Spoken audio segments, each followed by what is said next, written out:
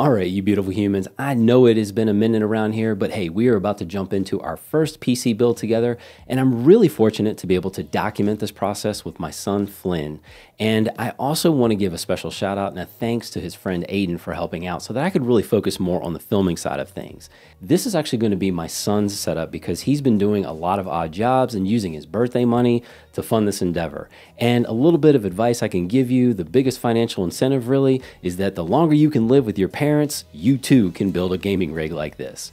Now, of course, I also want to add some additional context here that this isn't necessarily a full tutorial because there are plenty of other channels that are better at providing that info. I had no idea that my son Flynn had been watching Linus for quite some time. I had been watching him for years, but I'll at least address the tech, the steps, and any of the troubleshooting that we had encountered along the way.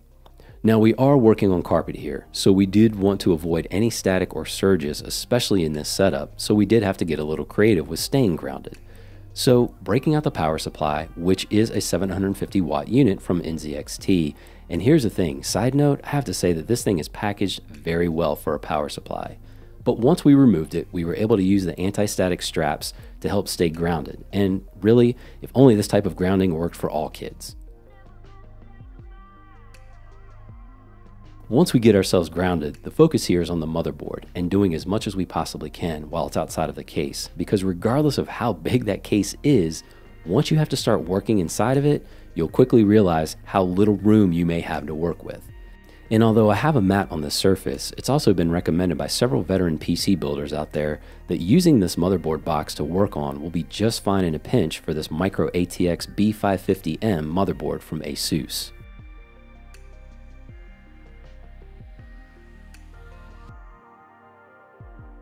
Next up, we do have the Ryzen 5600X, and with AMD chips, the pins are actually on the chip itself, unlike Intel chips that have that land grid array where the motherboard has the pins.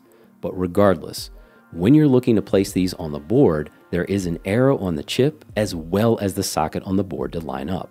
So once you've got this lined up, you gently place the chip into the socket. And don't force it, but do check that it is secure and level before applying the lever to lock it in. We then went with 8 gig RAM sticks from Corsair, and this is actually something that we'll upgrade later, because he was fortunate enough to have his friend Aiden having these lying around, so loaning them to him for this build. One thing to keep in mind is making sure you're placing matched RAM pairs into the correct channels, such as when you're only placing one pair in a dual channel setup, that you're mindful that one will go into A1 or A0 depending on your board, and then the other into B1 or B0, but of course refer to your board's manual just to double check. Now once the RAM is in place, it is then time to place the NVMe SSD. I did repurpose this NVMe, or rather gifted it to Flynn for the sake of the build, and due to the motherboard supporting PCIe Gen 4, we went ahead and went with the Silicon Power SSD that I tested in a Thunderbolt 3 enclosure, which I think we all know that this Gen 4 will fly much faster in this build. And then of course, spoiler alert, it does indeed. Next up, it was time to unbox the AIO, which is the Kraken DX53. And it never hurts to double check the directions on the placement. And if the directions aren't clear enough, a YouTube video with a walkthrough tutorial is also a nice way to assess comprehension. His mother would be proud. After switching out the brackets that's used on the Intel chips and replacing it with the one that's for AMD, which is included in the box, the pump head is carefully placed onto the chip. And the one great thing about the NZXT setup is that it already has a thermal paste on it, so do be mindful to keep that pump head covered until you're ready to place it.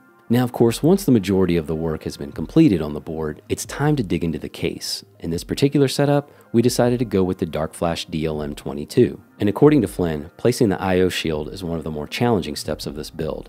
And I suppose everyone has their own mountains to climb, but this one was a successful summit. Cable extensions are also a must to keep that case clean, and white with black combs match the overall look and feel of the case. The power supply was next to be placed, and we did go with the 750 watt unit because the graphics card we're using, which I'll mention in a moment, is definitely a power-hungry GPU. Once everything on the board is finished, it's then time to drop this in the case and get it mounted. With the AIO pump head already mounted, this is actually where it's helpful to have another set of hands to get that radiator and fans in place. Now, if you're familiar with the content around this channel, then you know I've often talked about the AMD Radeon Vega 64, which I've actually used in a previous eGPU build, but haven't needed it since getting the M1 Max to edit all of my content for this channel. Now, this is a blower style card, and although it performs really well, this thing can heat up. So this is why we were mindful of selecting an AIO, the fans, and how we were setting up the airflow in this case. A little cable management and a few white cable extensions with black combs, and it was time to start routing and cleaning up the cables as we started to get the GPU in place. In addition to the AIO, we've placed 3 additional fans in the case. And the one thing to note about the board is that we were able to get all of these fans powered up. However, we did need an RGB splitter that we had to later pick up to get that last fan to light up. Because really, what's the point of cooling the case and components if you can't do it in RGB fashion? And of course, a few very satisfying peels that I think we can all enjoy on those new electronics. And then of course, fingers crossed that we can at least access the BIOS, which we definitely didn't have an issue there. Although we did counter a hang-up with trying to boot up and install Windows, along with a last-minute pivot to a Sunset soccer match that stalled the process for a couple of hours. But of course, thankfully, with some help of a friend from the neighborhood, he actually had a bootable version of the operating system, and we were up and running, and well, sort of. A couple of restarts and drivers installed, everything was lit up and actually functioning as it should. All right, so after several weeks of research, watching Linus and various other channels and odd jobs, and then of course actually saving, ordering, and getting all of the parts in or borrowing them from other builds, we were able to actually put this together in the entirety of one day, getting it up and running, testing, and things with a few hiccups were starting to fire on all cylinders and did quite well. And although this is Flynn's gaming rig specifically, I will be doing a lot of testing. I've already done some initial tests, pitting it against the M1 Mac. And of course, for all of you out there that are PC gamers, PC users out there, certainly no disrespect. It all comes down to the tool that works for you. I'm actually running Windows on the M1s, and I really just want, for my own just information, I want to actually test it and compare it just to see what this is like. So much so that I'm actually pretty excited to potentially build my own PC rig. So stay tuned to the channel for that, because I may actually build another PC from the ground up that I will use for my own use and my own testing.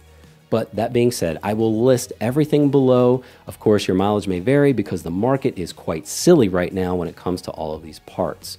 And of course, if you are still here, I really appreciate your time and attention on this one. Feel free to hit me up in the comment section below or hang out with me over on Twitter. These are the 2 best places to find me at all times.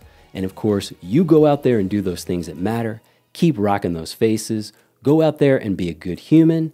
And until next time, I will catch you right back here on the next one.